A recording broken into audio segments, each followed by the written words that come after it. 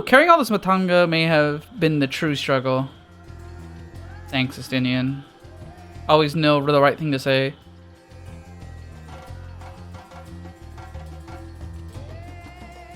I was saying your Stola will oversee the administration of the tempering treatment, apart from those who know a healing spell or two. We'll go and join them in the city once you've had a moment to catch your breath. Alright, click this quest to continue. Got it. You and Estinian should go ahead. And make a quick detour by the great work. We left Graha in the alchemist's care, you see. Best fetch him before he's crammed into a specimen jar. Amazing.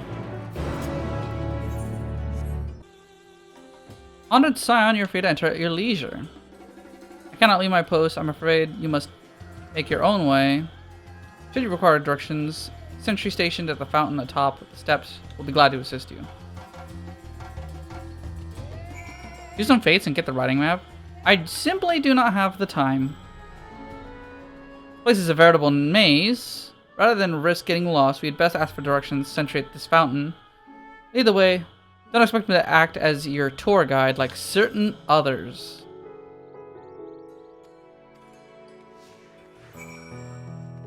Amazing. Mistress Red, I presume. I understand you are here for an audience with the satrap. If you require directions to the Meghanduta, should be glad to provide them. The satrap's residence is situated in Dharma, the highest part of Razatan. To get there, I would ordinarily recommend the route that takes you by the Vashaz, the city's north. To the state of alert, however, most businesses are currently closed.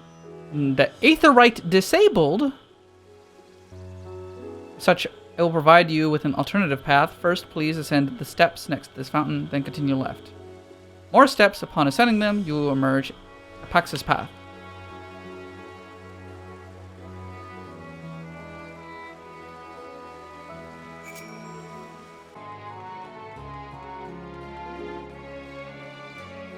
This way.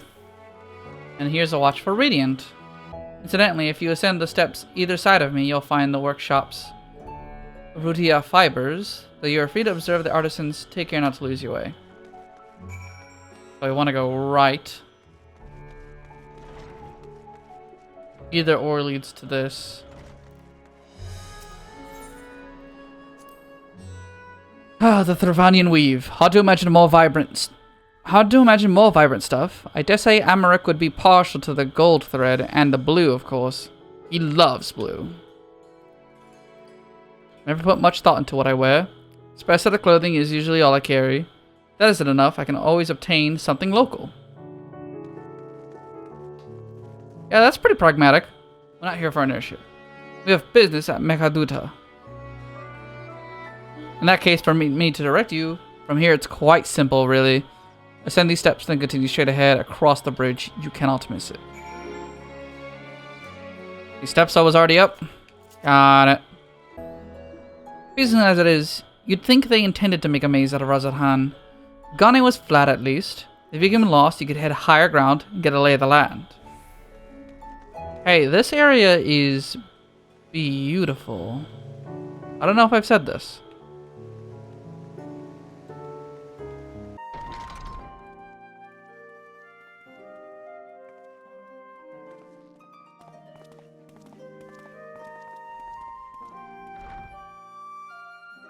Are we the last to arrive?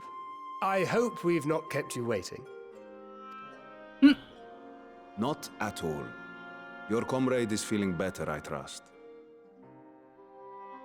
Much better, thank you.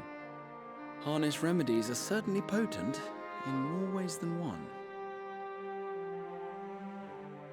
One becomes accustomed to the taste, although I hope you never have cause to do so. Pray, take your ease.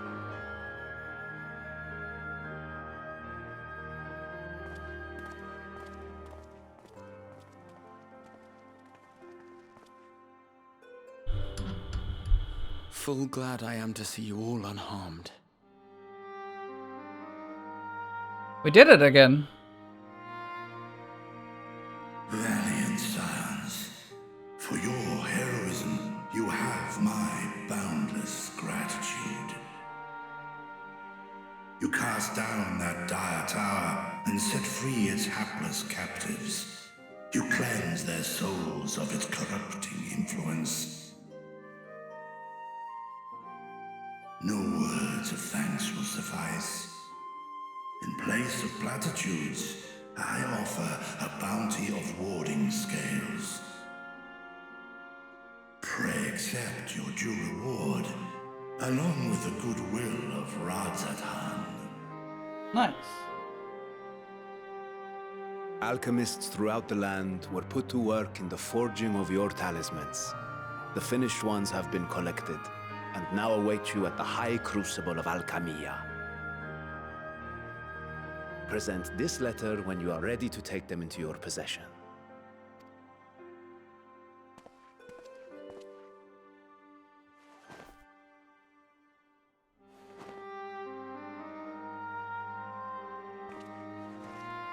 We are humbled by your generosity. Know that the inventive wisdom of Radzatan will be vital in restoring serenity to our star. Every single one of those scales came from you, didn't they? You must still be in such pain. Ugh. 'Tis of no moment. A mere annoyance compared to the dreadful suffering inflicted upon this land and its people.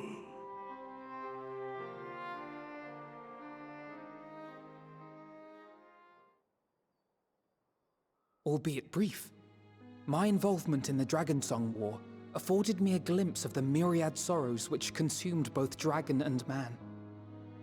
Though you were half a world away, such tragedies as befell your kin must have affected you deeply.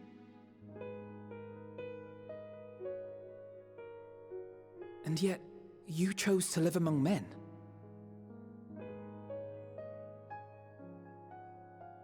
In the age when that conflict first bloomed, my choice had already been made.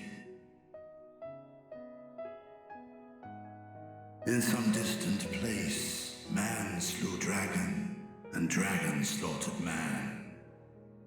Yet no hate could I muster for those smiling faces which did look to me for guidance. Not even my brother's righteous rage could rally me to his cause.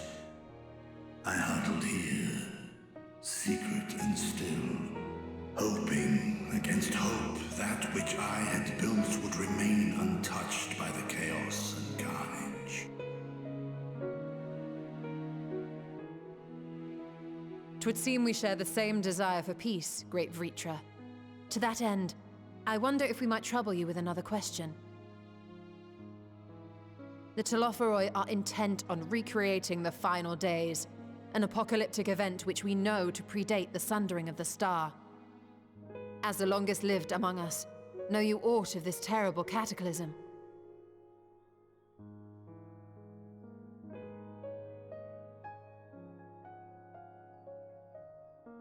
Nay.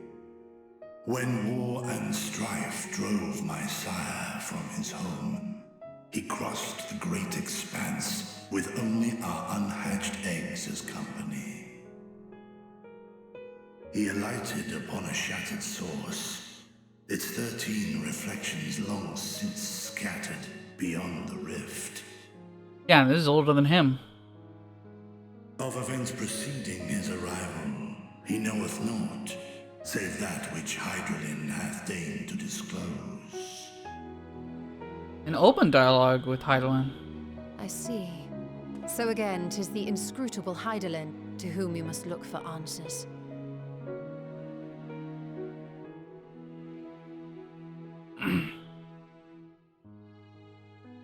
Seek you to divine the will of this star? If so, I have a tale which may afford you some small comfort.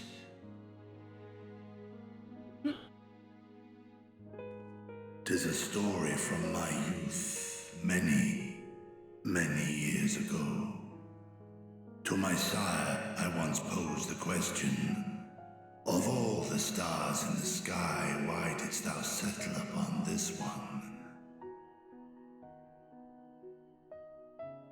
which Midgardsummer did reply, "'Twas the last bastion of hope." He believed so long as Hydaelyn endured, so too might dragonkind. Huh. Solemn and portentous were his words. What deeper meaning they held, I could not, dared not pursue. 'Tis a stone I've left unturned ever since. And unfortunately, at this point, he's dead. Take you solace in the knowledge that whatsoever Hydaelyn does strive towards, 'tis an ideal which hath earned my sire's conviction.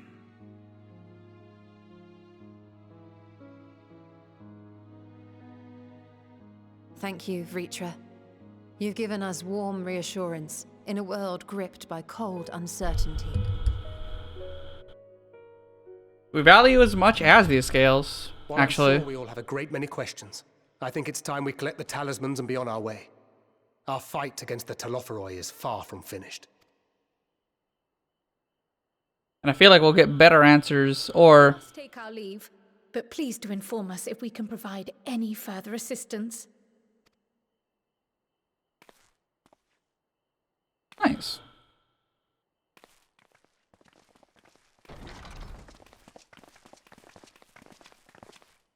Prithee, a moment.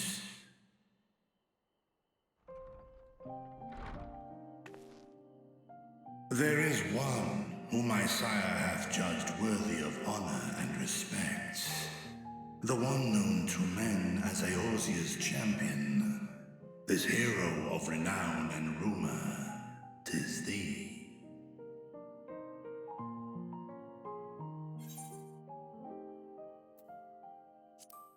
Only wish you could be here with us now. I know of his clash with Omega, and the long slumber which was his price. Yet even closed in sleep, my father's eyes are far from blind. He is watching over thee, watching over this world.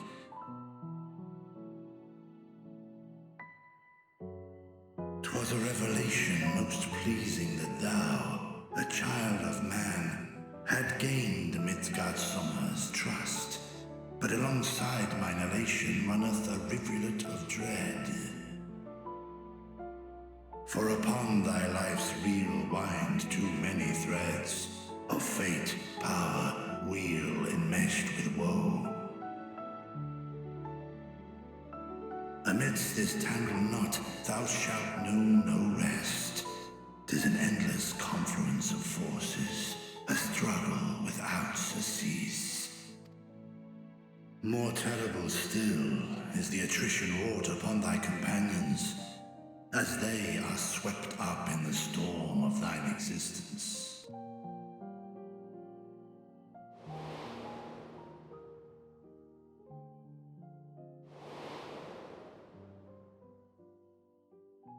Yeah, I get what they're trying to say.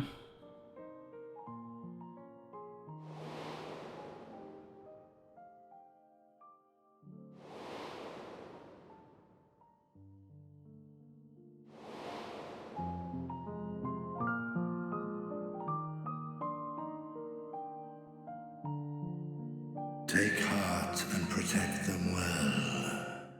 They will be your strength and your salvation. The hope thou wilt need come the end. Even cowering behind my curtain, I know the suffering of the powerful. I have watched my siblings driven mad by loss. Thus do I exhort thee to spare no effort to keep thy loved ones safe.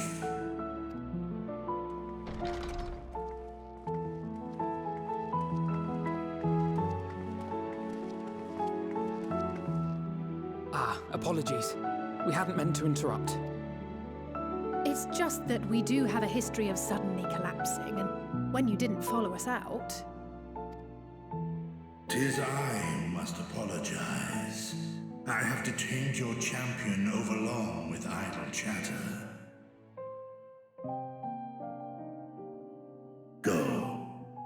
war's end, I pray I welcome thee back into my hall, where together with thy joyful comrades, you may toast your triumph.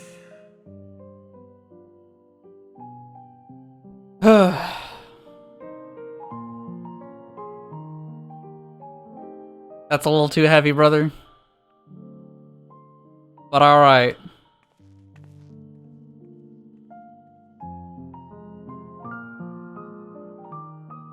Would that things could be different.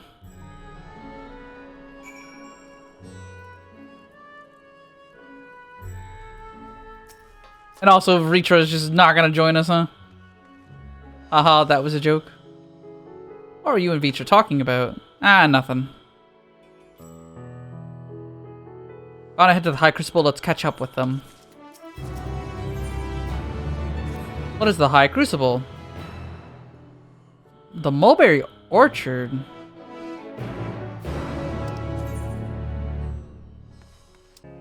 Here we're supposed to follow the path. Left. Past the mulberries.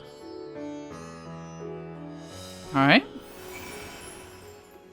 The street turns into the door straight ahead and descend the steps. I thought the Crystarium was confusing. It didn't compare to Razad Han. The architecture and decorations make it even harder to get your bearings. Let's see where this door takes us. The Crystarium wasn't bad at all, man. It never was. There's sheep. Hi sheep. Bye sheep. Here's the Aetheryte Plaza. So far so good. There isn't much further to go. From here we just need to cross to the other side of the hall, then pass through the larger two doorways. Alright. So we're going over here to check on the scales. Also, can I finally touch this? Disabled. Still. Also. These are the talismans we were promised. Yes, and I made a quick count. There are far more than we could have hoped for. Nice. Enough to outfit an entire company of soldiers, in fact. Considering the involved process, that they were able to manufacture so many in such a short span of time is nothing short of a miracle. Once we have distributed them to our allies in Eorzea and the Far East, we'll have a fighting chance to bring down the other spires, just as we did with the Tower of Zot. Or we could use them to invade Garlemald proper, and strike directly at the Telophoroid's base of operations.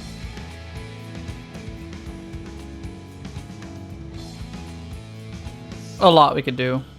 Of course, we would need to consult with various Alliance leaders before such a drastic measure could even be contemplated. To which end, I could set out forthwith and present the idea to each of our allies in person.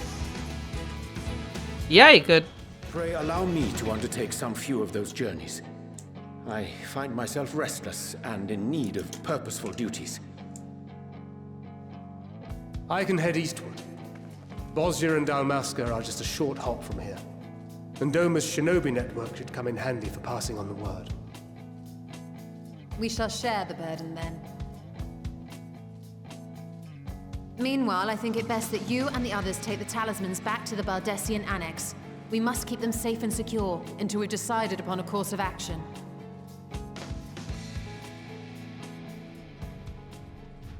Please, I must speak with you. We're back to normal.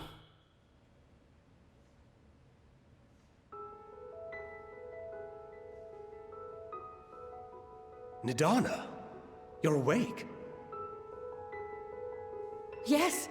When I spoke with the carer at my bedside, she told me that one of the Scions, a young woman, had cleansed me of the tower's corruption. It seems I'd been asleep ever since the treatment. But when I awoke and learned you were all still here, I knew I had to come.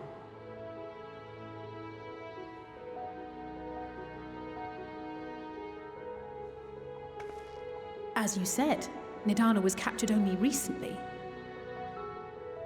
Such a brief exposure is swiftly cured, so I tended to her before we gathered at Megaduta. And I am truly grateful that you did. I cannot thank you enough. All of you, for everything you've done. Destroying the tower, rescuing our people. You've saved Thavnair from an awful fate.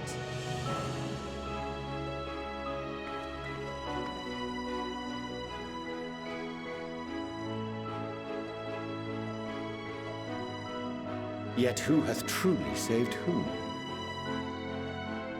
Due in no small part to thine inspirational courage, the alchemists were successful in reproducing warding scales of proven efficacy.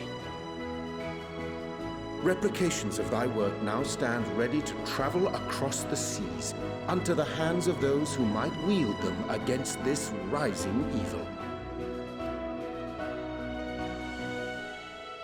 The talisman?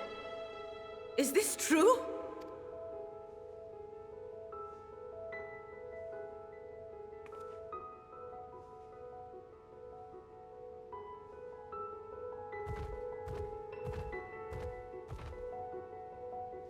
Oh, I was so groggy from sleep. I didn't even think to ask. Oh, our great work sent across the seas. It was worth it. Oh, it was all worth it.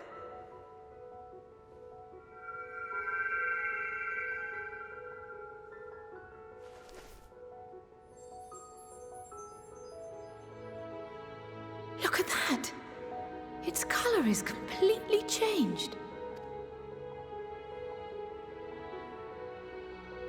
What do you have there?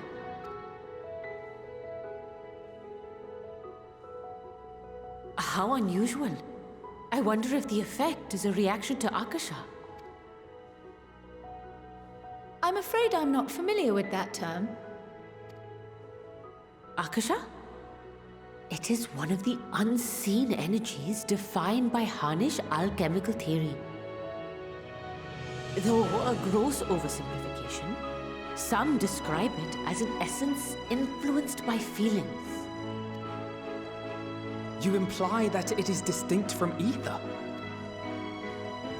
As foreign scholars often conflate the two, but we see them as separate concepts. Huh. Ether is an energy which permeates the land. It exists within animals, objects, even the air we breathe, affecting all through which it flows. Akasha, on the other hand, exists in a domain beyond our reach. A gift bestowed from on high, or torn from the heavens in some traditions. Akasha can neither be created nor destroyed. It is beyond our power to purposefully alter or manipulate. The only thing observed to influence it is an abundance of, I want to say, spiritual emotion. As a veteran of the battlefield, surely you've experienced moments of desperation or exaltation when you've transcended the usual limits of your capabilities. That is a manifestation of Akasha, the invisible essence harnessed by heart, mind, and unyielding spirit. You're implying that that's different from Echo? I really must hear more about this theory. Our disciplines are based entirely upon the idea that ether is the fundamental form of all energy. I'm glad my haphazard explanation has piqued your interest. But even for us, Akasha is a somewhat abstract field of study. A lack of practical application lends itself poorly to formalized research. Which is why my analysis of your flower can amount to little more than idle speculation. I am sorry. Nonsense! You have nothing to be sorry for. Your insight is much appreciated.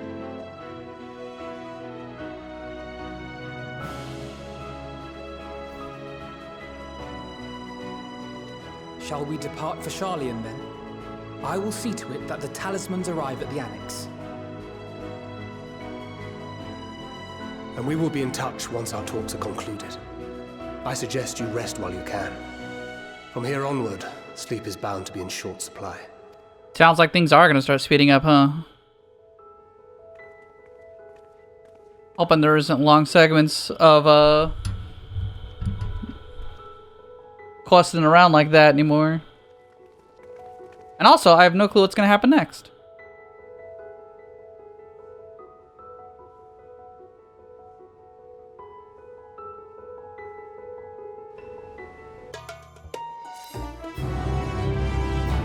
Was that Archon Loaf?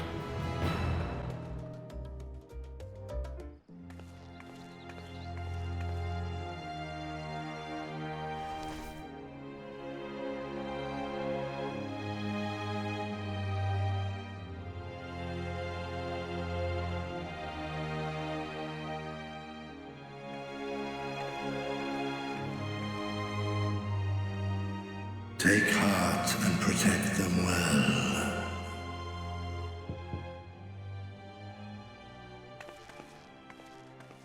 Who would that be?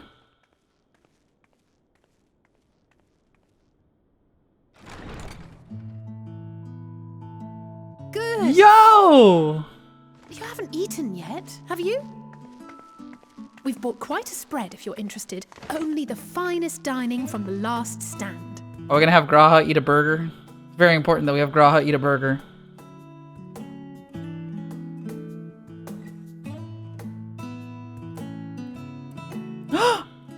Graha, eat the burger! Kyle with the pizza.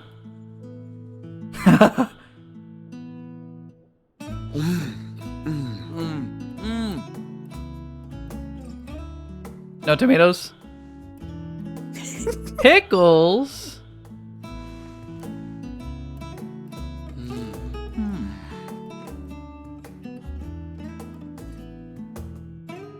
Lest you wonder, we invited Estinian as well.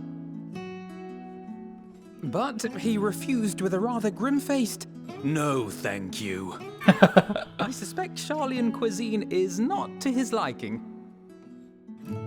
Glad even Alphano has Oh, I don't know an about impression like that. Perhaps our lone wolf just needed some time apart. What? To perfect his brooding stare?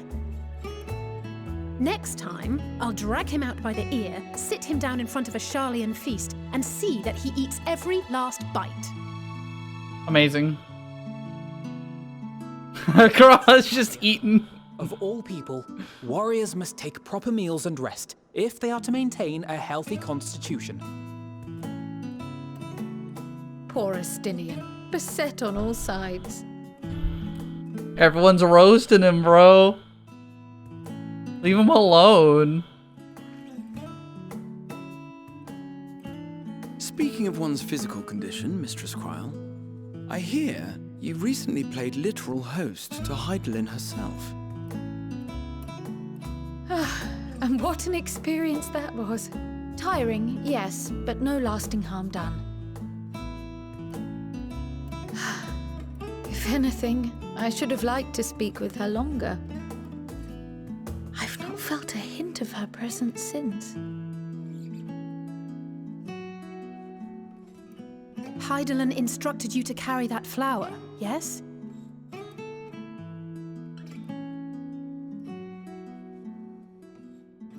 'Twill be your guide, test and proof of your conviction. And then something about seeking joy in darkness, was it?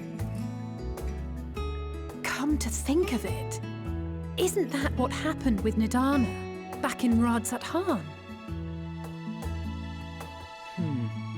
The flower did seem to radiate a joyful glow, as if reflecting the elation we all felt, the relief of a people with renewed hope. Indeed, and in turn, I felt buoyed by that radiance.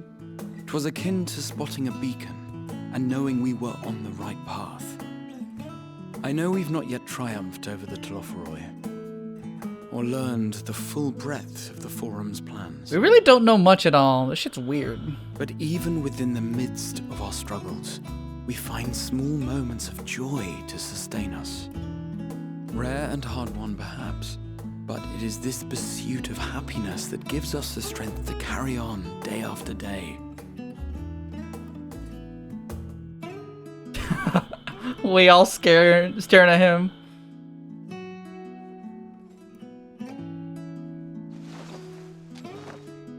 Hey, that's mine. To the swift the spoils.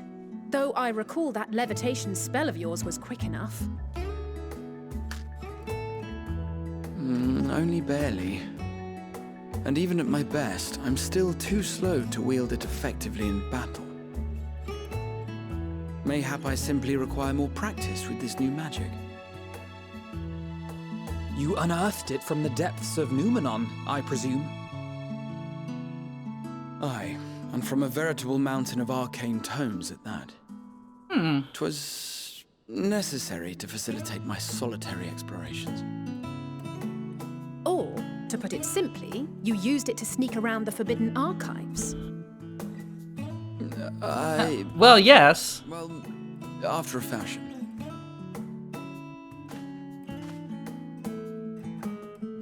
Oh, leave him be.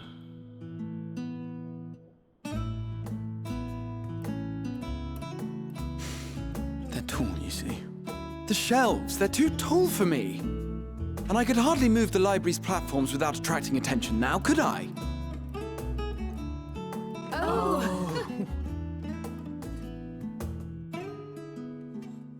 He's a tiny baby man, so he used levitation to get higher.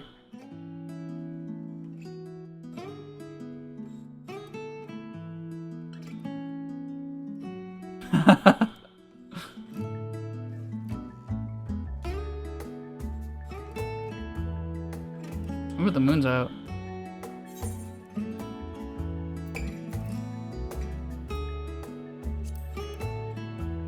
I'm party pooping. Call it a night. One last cup of tea, then. Dickens said this brew helps relax the mind before bed. And gave us some leaves for free.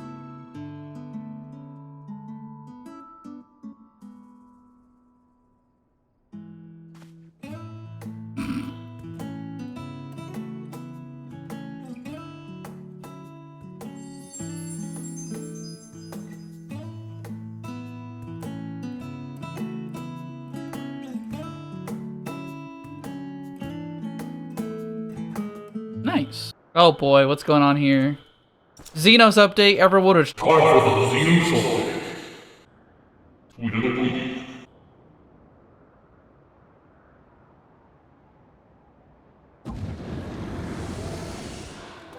Ah!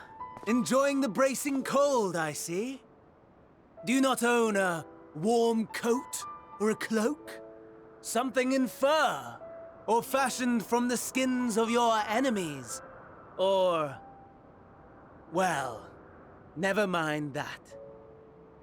I come to you once more as the bearer of bad news. Our tower in Thavnir has been toppled, and I need not tell you by whom. Given how many we have at our disposal, the loss of a single spire is hardly fatal to our plans. It does, however, slow the rate at which we siphon the ether. If they continue to preoccupy themselves with the towers, then all will be well. But should our foe prove bold enough to strike at us here, then the timing becomes questionable.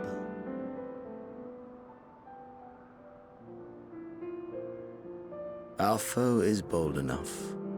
Of that, I can assure you. It's true.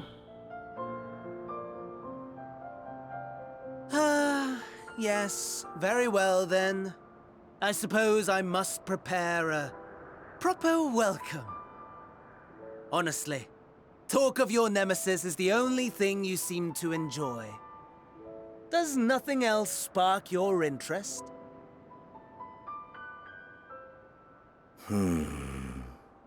No. All else is equal. Equally tedious, equally disappointing. The world is a tepid bog into which we sink, too weak to thrash as the mud clings to our eyes and fills our throats till we blissfully choke. I swear to God, my light just flickered really hard while I was in this cutscene. Then came the light, blinding and pure and hot, so very hot, enough to set my soul aflame. I basked in the afterglow until the void yawned once more, and then I knew the muck would never claim me again. There was naught for me ahead, so I drew the curtain on all that had come before.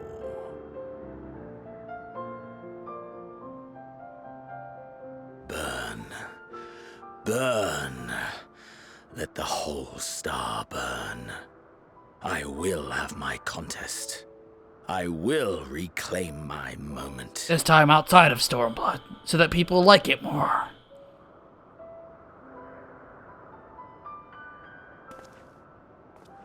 How wonderful that the emptiness of death has not dissuaded you from committing your life to its pursuit once more.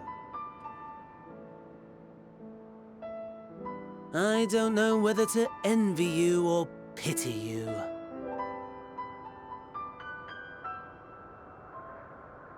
You question my disinterest, but what of yours?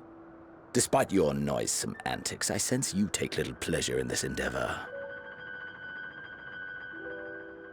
Mercy, my lord. Such pointed barbs from one who barely acknowledges my existence. Nevertheless, you are mistaken. For I do find this part somewhat enjoyable. You see, when I was mortal, I would always have the same dream. Okay. It was a fragmented thing, disjointed, all the faces incomplete. The setting, too, was unknown to me, so I thought it simply a fantasy of my sleeping mind. Until one day, I realized it was showing me the truth. Much as your dream of the final days enlightened you.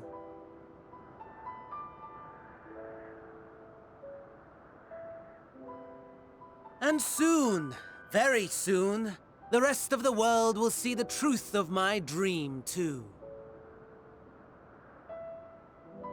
Yes, I think that is something we can both enjoy. Okay.